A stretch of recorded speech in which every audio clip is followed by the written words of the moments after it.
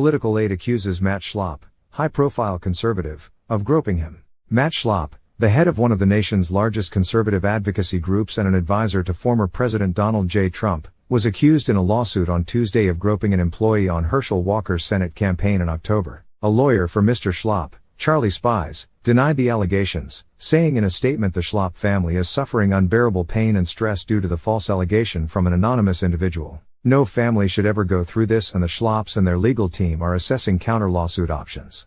The lawsuit, filed in the Virginia Circuit Court in Alexandria, accuses Mr. Schlapp of aggressively fondling the man's genital area in a sustained fashion while the two were alone in a car. The staff member filed the suit anonymously, citing privacy concerns and a fear of retaliation given Mr. Schlapp's influential position as chairman of the American Conservative Union, which hosts the Conservative Political Action Conference. The staff member, a longtime political aide in his late 30s, detailed his allegations to the New York Times on the condition that he not be identified. The accusations were first reported this month by the Daily Beast. The lawsuit also accuses Mr. Schlapp and his wife, Mercedes Schlapp, who served as Mr. Trump's White House Director of Strategic Communications, of defamation and conspiracy, claiming that they coordinated a campaign to discredit the Walker aide and his allegations. Timothy Hyland, a lawyer for the accuser, said in a statement that the lawsuit, which asks for at least $9.4 million in damages, had been filed in part because Mr. Schlapp had not apologized for his despicable actions.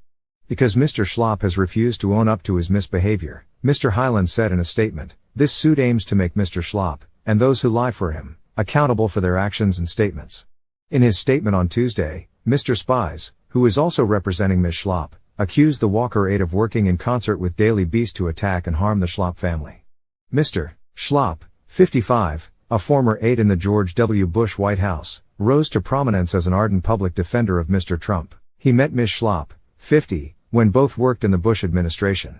They married, had 5 daughters and, during Mr. Trump's tenure, became one of Washington's most prominent conservative couples. The lawsuit accuses Mr. Schlapp of defamation by pointing to Mr. Spies' initial statement that described the accusations as false, personal attacks. The lawsuit argues that Ms. Schlapp defamed the Walker staff member by telling neighbors that he was a troubled individual who had been fired from previous jobs for lying and for making false statements on his resume. The message was shared on a group text with neighbors, the plaintiff said. The lawsuit says that the plaintiff had not been fired from a job for lying or for lying on his resume. According to the lawsuit, the plaintiff was assigned to drive Mr. Schlapp to a Walker campaign event on October 19 in Perry, GA. That evening, after returning to Atlanta, Mr. Schlapp invited the staff member for a drink. The two men met at the Capitol Grill, where they chatted about sports, and then drove to a second bar, Manuel's Tavern, about 25 minutes away, the lawsuit says. At the second bar, Mr. Schlapp sat unusually close to the staff member, according to the lawsuit, which claims that his leg was in almost constant contact and quad with the aide's leg. Mr.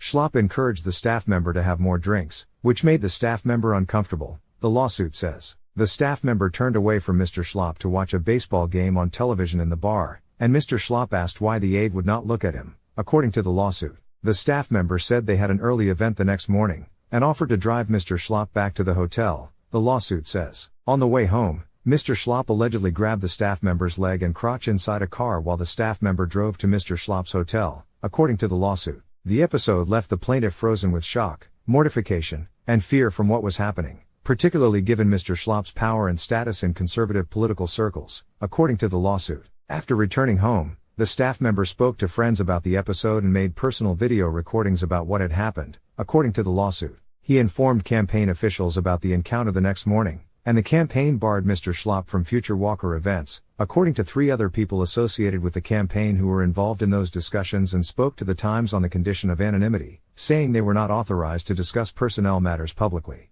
The campaign officials told the Times that they had advised the aide to text Mr. Schlapp that he was uncomfortable with what had happened the previous night. The aide also provided Mr. Schlapp with the name and number of another driver, according to the lawsuit. Mr. Schlapp then called the aide, who did not answer, according to documents viewed by the Times. A few hours later, Mr. Schlapp texted the aide, wishing him good luck on the campaign.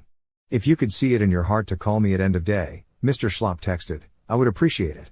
The allegations became public in the Daily Beast article published on January 5 as the American Conservative Union opened several days of meetings and fundraisers in South Florida, including an event at Mar-a-Lago, Mr. Trump's Palm Beach resort. Mr. Schlapp and Mr. Trump attended the gala, where the former president delivered remarks. Charlie Giroux and Carolyn Meadows, vice chairs of the American Conservative Union and members of the group's board of directors, said in a statement after the allegations were first published that they stand squarely behind Matt Schlapp and expressed full confidence in his leadership of the organization.